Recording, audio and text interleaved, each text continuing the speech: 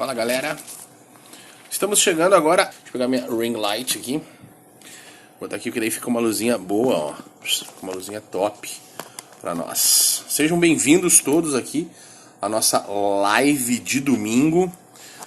Eu não sei se vai ser o dia, domingo vai ser o dia que eu vou fazer as lives sempre, tá? Mas é uma possibilidade, toda vez que eu tiver a possibilidade de fazer a live no domingo, eu farei. Beleza? Beleza, sereno? Oi, Alane, tudo bem? O pessoal vai chegando aí, vamos conversando. Fabrício entrando. Cara, esses nomes que vocês colocam no Instagram, por favor, cara, é de... Sempre trazendo material de alta qualidade pra vocês aqui.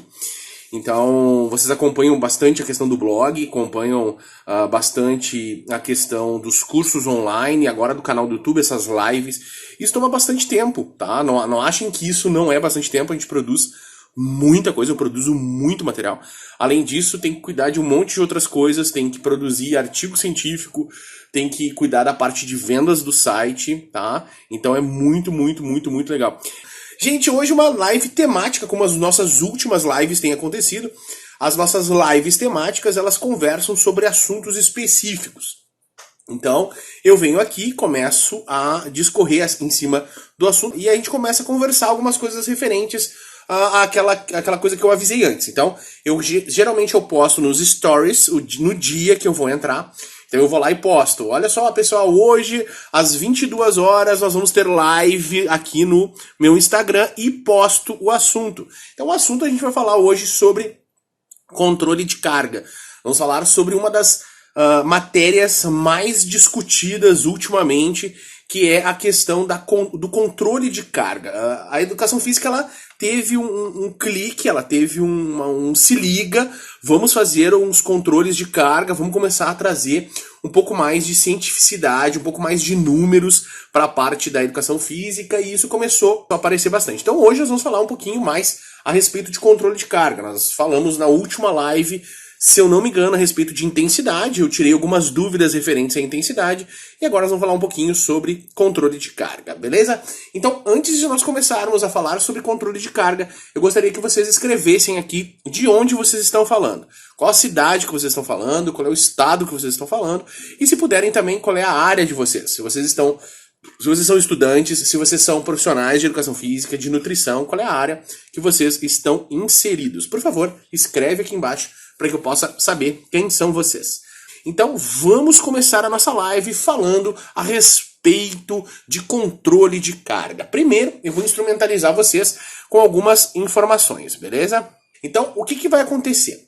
Quando a gente fala de controle de carga, nós precisamos entender um pouquinho quais são os elementos de carga. Isso pode ser que esteja muito claro para alguns e não tão claro para outros. Vamos pensar o seguinte, a grande maioria de nós foi formado pensando a respeito da carga sendo simplesmente um elemento de peso. Então o peso que colocava ali nas barras, etc., era considerado a nossa carga. Isso sim, ela pode ser considerado carga, mas não é totalmente, somente essa questão da carga dos pesos colocados nos aparelhos e nas barras.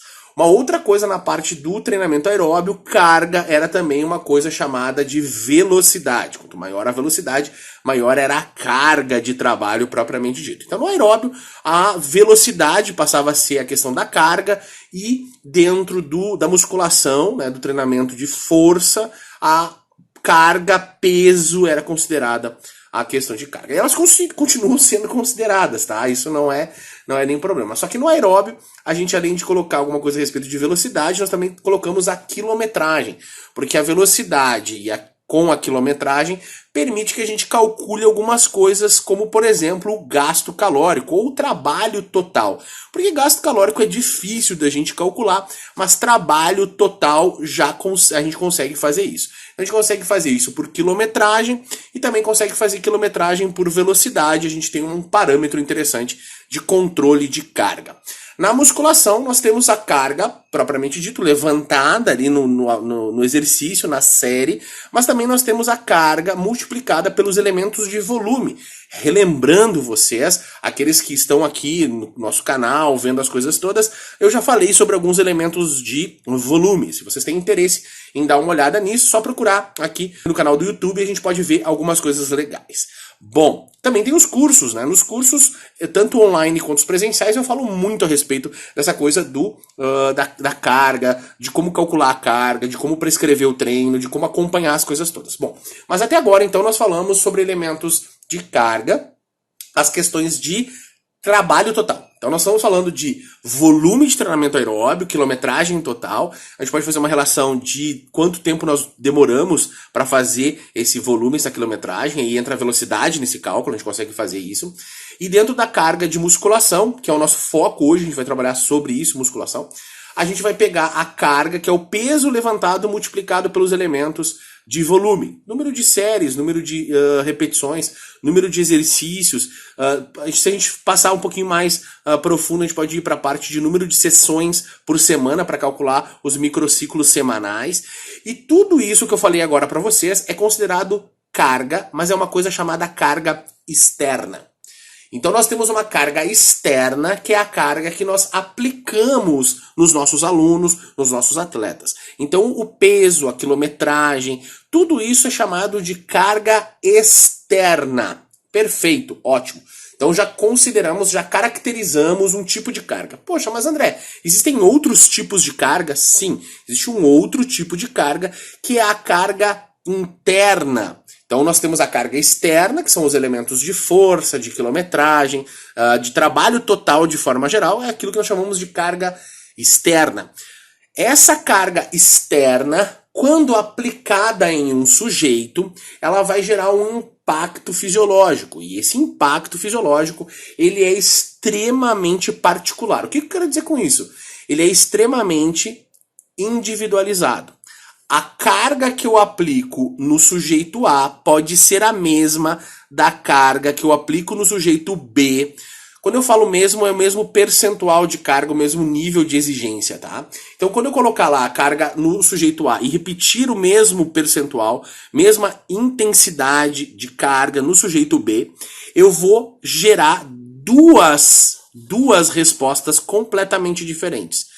Então a carga externa, ela pode ser igual, mas a resposta individual do sujeito, a resposta frente àquela carga, ela é completamente individualizada. Beleza? Beleza? Perfeito isso? Então nós temos a carga externa, sendo um elemento, e nós temos a carga interna, sendo outro elemento importantíssimo. A grande maioria dos treinadores,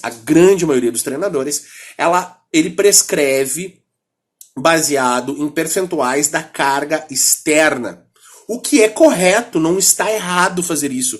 Pelo contrário, esse é o primeiro passo que nós fazemos para prescrição de treinamento. Eu monto um microciclo que pode variar de uma semana a 14 dias, como sendo aí os mais recorrentes na literatura. Eu uso microciclos de 7 dias, então eu vou ter microciclo 7 dias. 4 vezes de 7 dias eu vou chamar de mesociclo, tá? E a cada 2, 3, 6 mesociclos eu vou chamar de macro. Não é assim dessa maneira tão simples que a gente faz na literatura, encontra na literatura, mas é o que eu costumo fazer para que eu tenha uma organização mais interessante. Então eu tenho os microciclos de 7, os meus mesociclos de 30 dias. Então, interessante fazer dessa forma, é o que eu acabo fazendo e organizando. Beleza.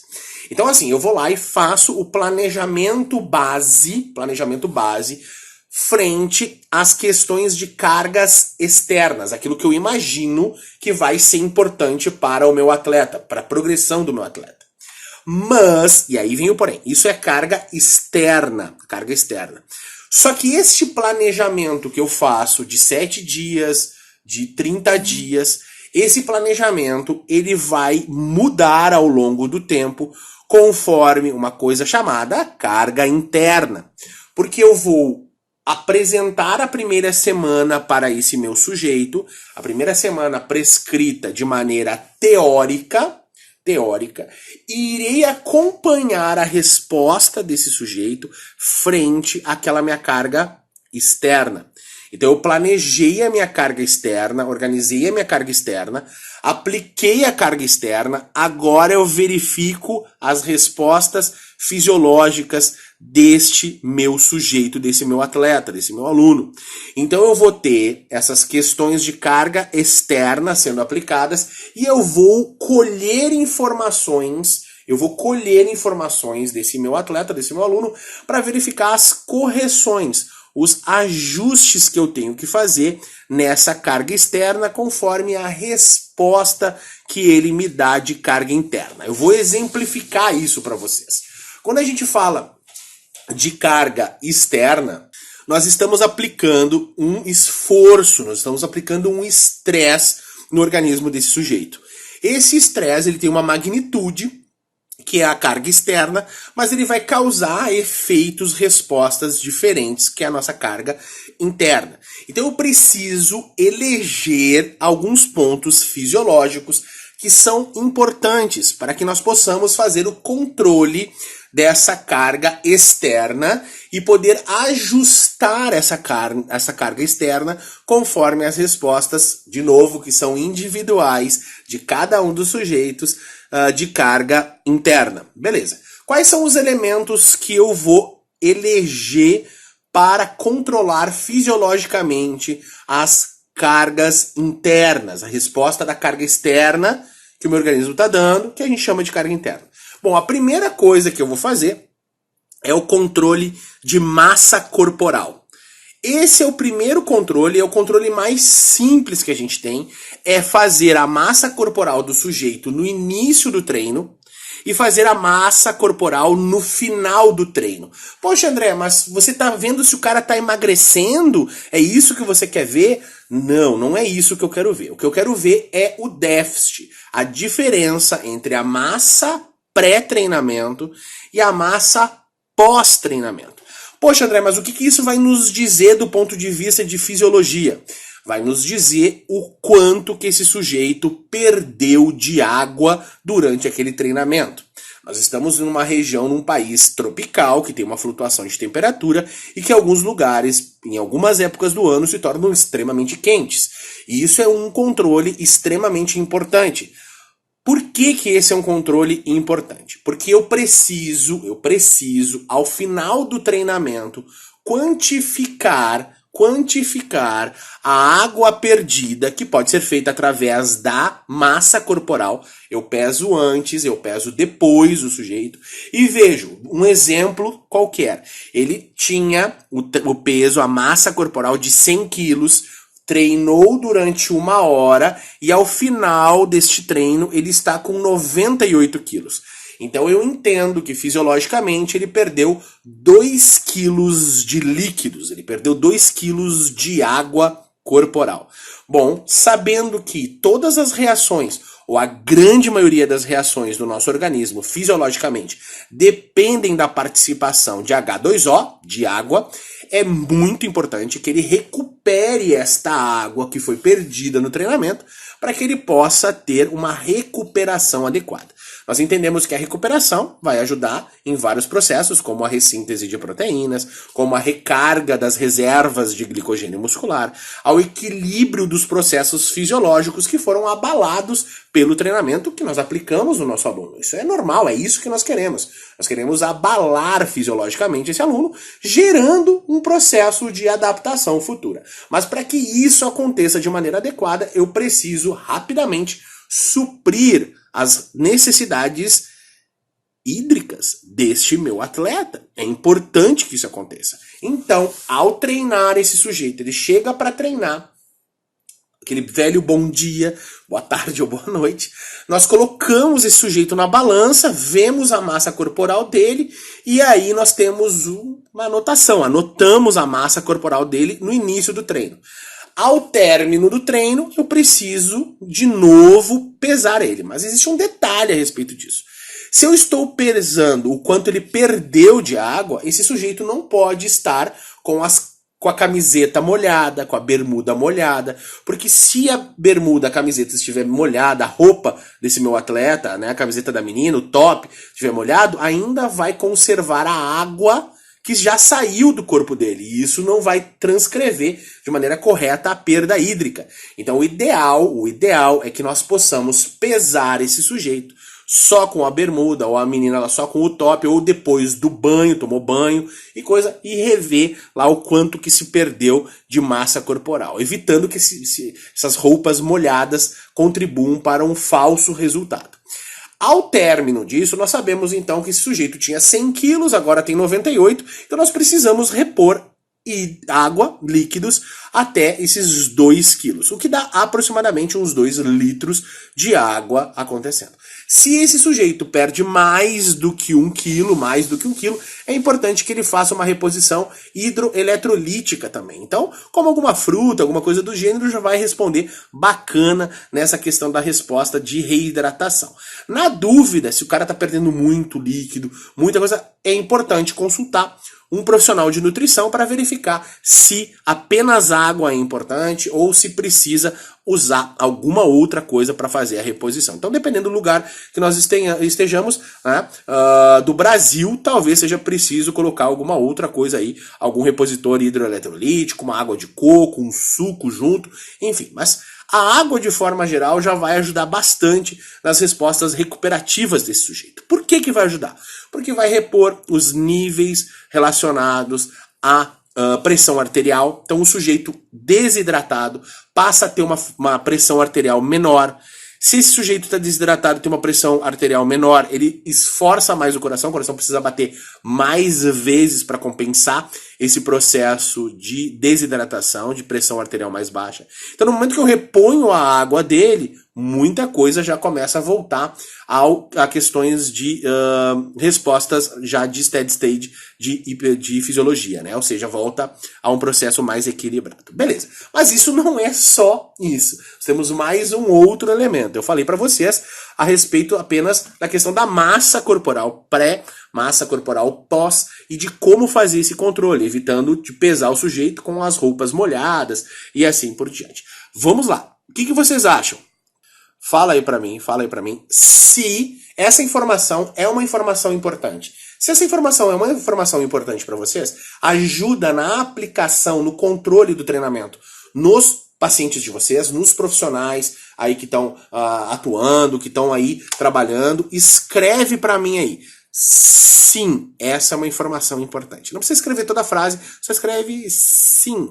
Aí, para a gente poder seguir para o próximo passo, para o próximo momento. Então escreve para mim aí, sim ou não.